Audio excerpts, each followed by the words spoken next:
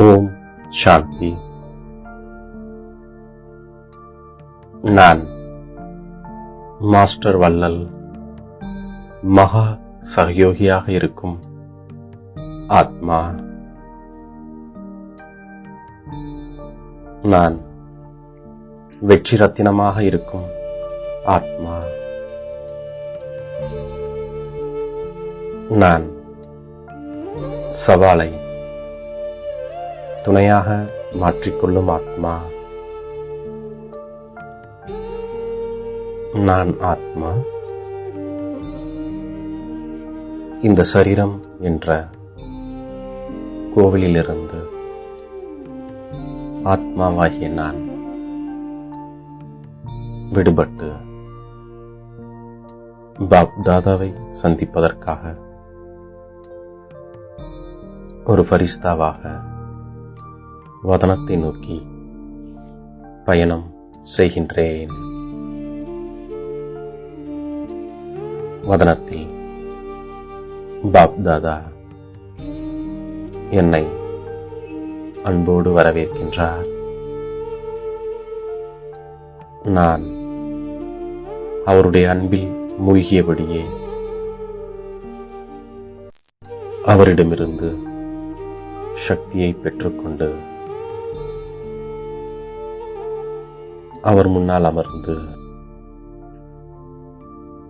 ஆன்மீக உரையாடல் செய்கின்றேன்.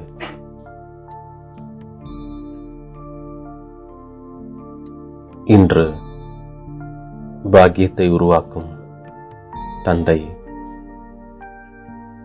தன்னுடைய உயர்ந்த பாக்கியம் நிறைந்த குழந்தைகளை பார்த்துக் கொண்டிருக்கின்றார்.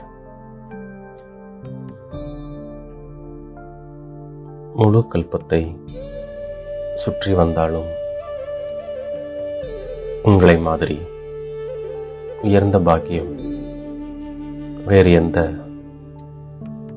தர்ம ஆத்மாவிற்கும் மகான் ஆத்மாவிற்கும் ராஜ்ய அதிகாரி ஆத்மாவிற்கும் சங்கமயுக உயர்ந்த ஆத்மாக்கள் உங்களுக்கு எவ்வளவு பாக்கியம் இருக்கிறதோ அந்த அளவு பாக்கியம் யாருக்குமே கிடையாது. கண்களில் பார்த்தீர்கள் என்றால் அன்பு மற்றும் சக்தியின் ரேகைகள் தெளிவாக இருக்கின்றது. வாயில் பார்த்தீர்கள் என்றால் இனிமையான உயர்ந்த வார்த்தைகளின் ரேகைகள் ஜொலித்துக் கொண்டிருக்கின்றன. உதடுகளில் பாருங்கள், ஆன்மீக புன்முறுவல், ஆன்மீக குஷியின் பொழிவின் ரேகைகள் தென்படுகின்றன.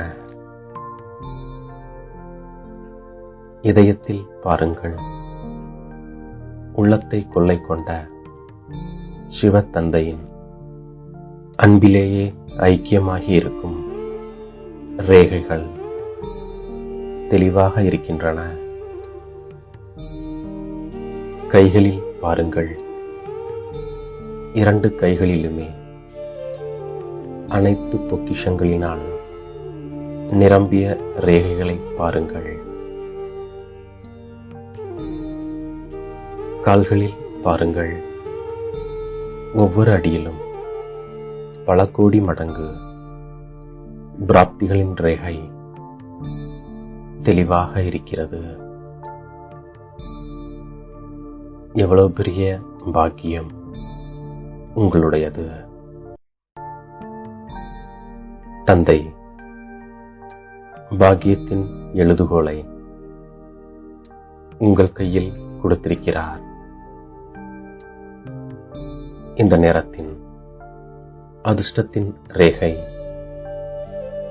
உங்களை முழு கல்பத்திலும் உயர்ந்தவராக ஆக்குகின்றது.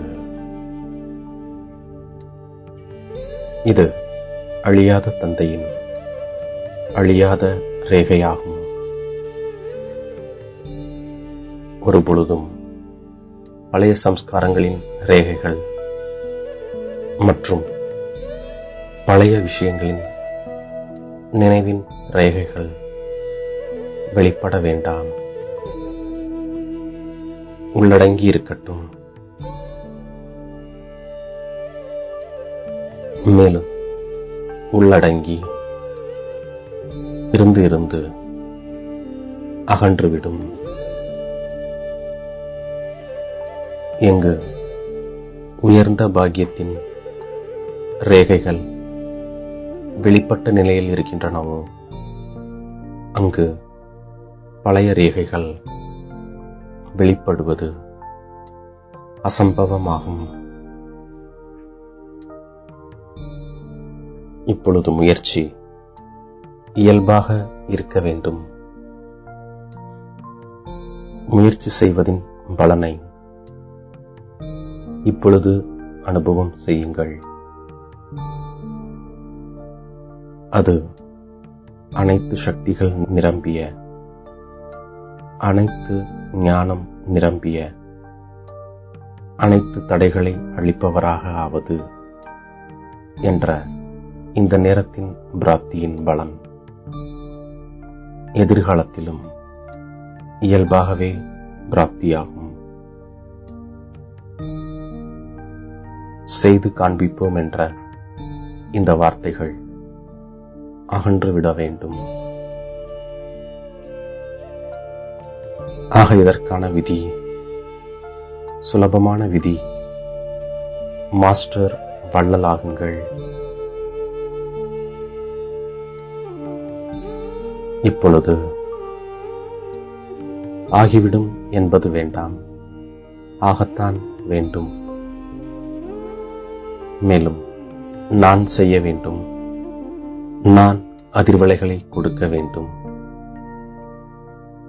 நான் இரக்க மனமுடையவன் ஆக வேண்டும், நான் குணங்களின் சகயோகம் கொடுக்க வேண்டும், நான் சக்திகளின் சகயோகம் கொடுக்க வேண்டும். இப்படி மாஸ்டர் வள்ளலாக ஆகுங்கள். பிராமண ஆத்மாக்களுக்கும் மாஸ்டர் வள்ளலாகுங்கள்.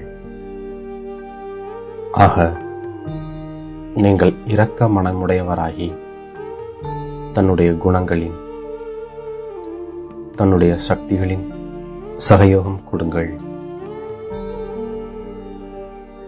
மகா சகயோகியாகுங்கள், மகா வள்ளலாகுங்கள்.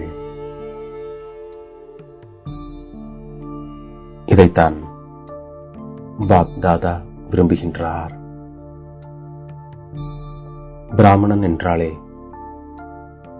பிரம்மா பாபாவுடன் ஸ்தாபனை காரியத்தின் பொறுப்பான ஆத்மா.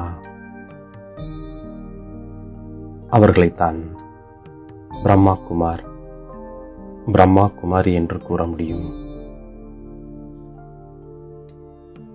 நீங்கள் இருப்பதே கருவியாக, பொறுப்பாளர்களாகத்தான். எனவே இப்பொழுது மாஸ்டர் வள்ளலாகுங்கள். தானம் செய்யவில்லை என்றாலும் சகயோகம் கொடுங்கள். ஆக வள்ளலாக மட்டும் ஆகிவிடுங்கள். வள்ளலாகிவிட்டீர்கள் என்றால் வள்ளலின் பாவனை மூலம் உங்களுடைய ராயல் குடும்பம் மற்றும் நெருக்கமான பிரஜை வெகு விரைவில் உருவாகி விடுவார்கள். அவர்களோ காத்துக் கொண்டிருக்கிறார்கள். மகான் கோலத்தின் மேல் நின்று கொண்டு எல்லைக்கப்பாற்பட்ட சேவையில் அதிர்வலையை பரப்புங்கள். நீங்கள் உலகிற்கு நன்மை செய்பவர்கள். எல்லைக்கு அப்பாற்பட்ட நிலையில் செல்வதினால் எல்லைக்குட்பட்ட விஷயங்கள் தானாக முடிந்துவிடும். நீங்கள் உருண்டையின் மேல் உயர்ந்த நிலையில் நிலைத்திருந்து தந்தையுடன் பரந்தாமத்தின் நிலையில் நிலைத்திருந்து கொஞ்ச நேரமாவது இந்த சேவையை செய்தீர்கள் என்றால் அதனுடைய பலன் உங்களுக்கு அநேக மடங்கு அதிகமாக கிடைக்கும். இன்றைய நாட்களில் நேரம் மற்றும் சூழ்நிலைக்கேற்றபடி இறுதி சேவை இந்த மனம் மூலம் மற்றும் மனோபலத்தின் சேவைதான். இதற்கான பயிற்சியை இப்பொழுதிலிருந்து செய்யுங்கள்.